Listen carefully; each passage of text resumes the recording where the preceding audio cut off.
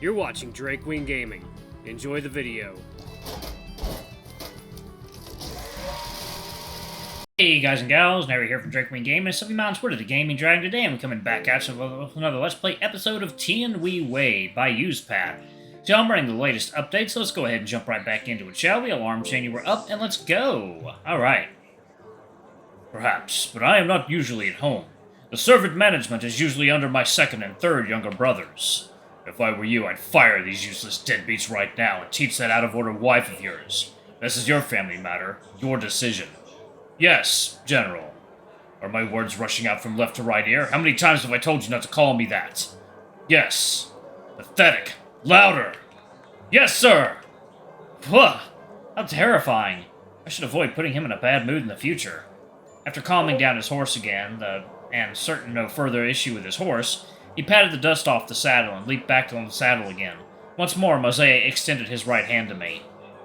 Time to go. Don't we need to clean up the scene here? What kind of good person are you? We're going to miss dinner at this rate. Quickly. Very well.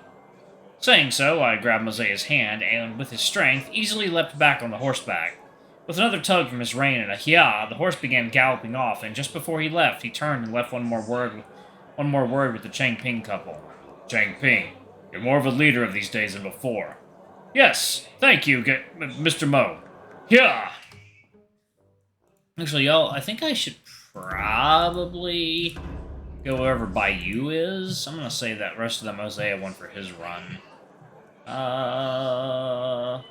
Commercial district. I don't have my Picasso.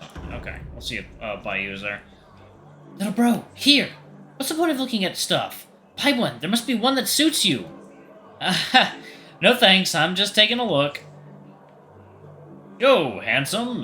This one here will really suit you. Don't you think you should buy it? No need. I already have one. Just 5 silver taels. I promise you won't regret buying it. While it looks good and all, I don't have much money on me now. Maybe next time. The entire commercial street's flourishing and bustling. All kinds of stores stacked on the street side. Even there's small stalls to open their potential, just like the ones I've seen in Zhizhao.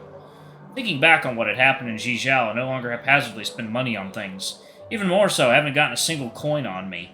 Don't even mention about spending. Just seeing exotic and strange items makes my heart ache and desire, and all I can do is to silently record it in my heart. Maybe when I have my first wages, I'll come back here and satisfy myself. But if this is a commercial street, and all kinds of stores congregate here, there must be a bookstore, right? I began looking around for a bookstore, while still leaving some attention on the novelty in the street-side stalls. This looks so comfy, but I don't have the money! And what's this little toy for? But this is for little kids to play with. Maybe not. As I walked, I noticed an unassuming shop on the side. The fragrance of paper diffuses from within. All of a sudden, the book radar in my brain began beeping as I raised my head to look at the store sign. The place for one.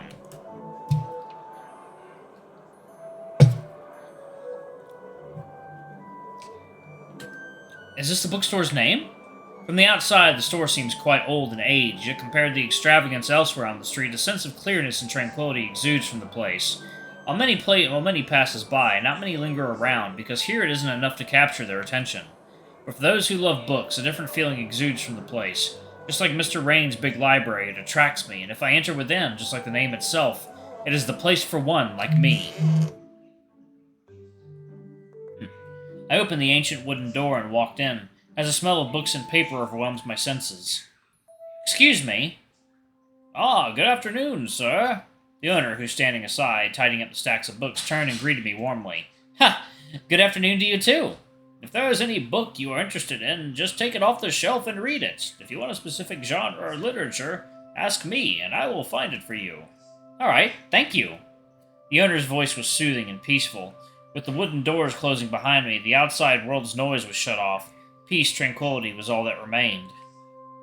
I looked around the store, my eyes shining at all kinds of literature lining the shelf, and began sighing within. So many books! Cool! And this is what they call bamboo slips, right? Such a small item. How many words can even be recorded upon it?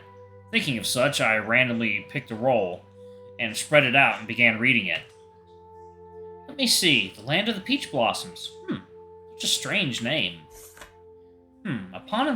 Upon the end of forests and river flow, light shoneth through a mountain crack. Boat traverses through, but narrow only of men to enter. Repeat 10th and steps before a cleansed clearing. Could this be an ancient text? Which, by the way, the person's not afraid at all, not knowing what's inside and braving it all by himself. What happens if there's an abyss or some dangerous demon beast lurking inside? Might turn this into a horror story already. And wait, why am I envisioning that guy in my head? Oi! To understand what happens afterward, I read on. Sees the fisherman, shocked choweth and asketh where thee comest. In turn would receive the invite to follow. In feasts of chicken and wine, and hearest the tale, doesn't the traveler asketh the village? Is this the so-called land of the peach blossoms? For the people living here, such a lack of precaution against an outsider, it would have been a disaster if it was someone with nefarious intentions who came along. What happened later? Huh. Let me see. Out goeth the ship returneth to its river, story spoken to the county prefect. Huh. Now the villagers told him not to tell any outsiders. Second, y'all. It is water time. Alright, guys and gals, and we are back. Let's go ahead and jump back in, shall we? Okay. When he followed back to the markings, back to where he found it, it was gone for good, and lost on his way there, so people shouldn't be that greedy in their pursuit of desires. You're reading the story of the land of the cherry blossom, Tex. The story is one of the earliest urban legends. There we go, that's the path I want. A familiar voice rang by my side, scaring me to roll up my scroll and look to my side, and seeing the snow-white wolf smiling warmly at me, books in his hand. Eh? Bai Yu? Wait, are my eyes going blurry? Why are you here? He smiled and took the scroll of bamboo slips from me. I had some time left over after my business, so I thought to buy some daily use items or books for you. That's why I'm here in the commercial street. And this store is my usual hangout too. I enjoy quiet places like this, especially on such a bustling, noisy place like the commercial street. Only here is the peace maintained, adding a special charm to this place. I see. I felt that way too. I felt this place was incredible when I entered. I felt the atmosphere seemingly isolated from the world outside. Which is why it's a surprise to see you here. It must truly be fate then. You're right. Back to this story of the land of the peach blossom. I remember that after many people who read the story all tried to replicate the fisherman's path, and headed to this mythical place in the story, and not one succeeded. The story seems fictional anyway, and maybe the place in the story is merely a representation of the author's imagination and heart's desire. I remember it was many years ago, when I was little. There's one person in the royal capital who claimed to have been in the Peach Blossom Land and returned safely. Not only that, but he also brought back many local products from there as proof. That's got to be a hoax, right? Clearly. Yeah, but this event did cause a little uproar at the time. While many criticized the man's blatant lies, some believed the rumor and began searching the so-called Blossom Land. By luck, causing a wave of fanaticism throughout all over the country. Such is the greed of the current species. Bai Yu, while talking, put the scroll back to its original spot. Since we're lucky to meet today, how about we see whether there's some book you like. If you have any interest, tell me, and I will buy it with this bunch. Ah, no need at all. I can wait till my first monthly wage before buying. Besides, haven't you picked many books for me already? It's more than enough. I pointed at the stack of books in his arms and he smiled, embarrassed at me. Speaking of, what books did you even pick out for me? Some related to life skills, and some are novels I'd recommend to you, and two that I'm interested in reading. I see. No need to restrain yourself so much, because I wanted to buy these in the first place, so no issue at all. But if you truly have no need at all, then I'm doing my checkout now. No problem. Go. If I start to rely on you for everything, then I'd feel shamed fishing your money for my needs.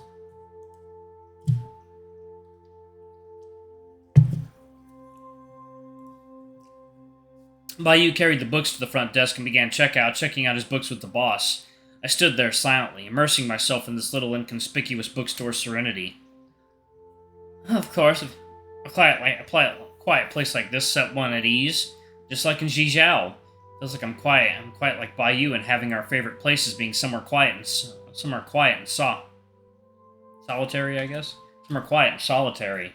After his checkout, I left the store with him, and once more mingled into the noisy crowd. Are there any more missing Missing daily use articles? Since I'm here, we can pick up anything you're missing. Nothing's really missing. I don't have that high of a living demand myself. See this oil paper umbrella? It's black. Quite a match for you. And just 10 silver taels. Not expensive at all. Ignoring what I said, Bai Yu looked with appreciation at one of the several oil paper umbrellas in a street-side store. Finely carved frame with each umbrella surface drawn with scrolls of elegant art pieces when opened. Umbrellas? There should be ones in Tian Wei, right?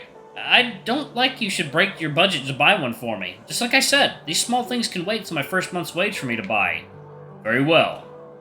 He looked at me and smiled with a resigned manner, though a slight gratification lingered on the corner of his mouth. After putting the umbrella back, he walked over, and just as he was about to touch my hand, with a flip of his hand, grasped my elbow and began dragging me. Then let's see whether there are other things to get for you. I'm feeling quite embarrassed and awkward already for you to spend your money on me. It's just some small spending anyway. If you feel awkward about it, then put a little extra effort for Tian Wei. Besides, didn't you say that you want to become a part of a family with us? If so, why care so much? I have no argument for that. Began continuing forward, and on the way we saw all kinds of amusing trinkets, and each time he'd ask whether I needed it or not. Since it's not anything of great importance, I refused each of them. Quite a craftsmanship on this folding fan, and the calligraphy here is written by a famous calligrapher too. Calligraphy. Do you like calligraphy? Yes, I do like it, but the written language in the Xi Kingdom's too hard, and I'm not used to using writing brush. And not to mention the number of times Mo Xia forced me to rewrite the login form. If you're interested, I'm happy to teach you. Then I will ask for you next time we have the spare time. Very well, no issue.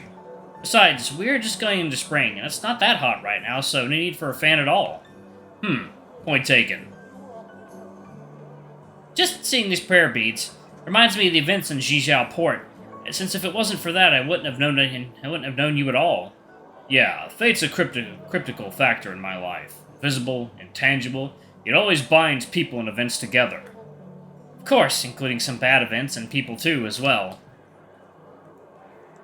Alright, y'all, I'm gonna go ahead and pause it right there. Thank y'all so much for watching. Don't forget to like, comment, subscribe, ring that notification bell, and check out our Patreon or YouTube memberships if you can. It always helps. Anyway, I love you all, and I'll see y'all in the next video.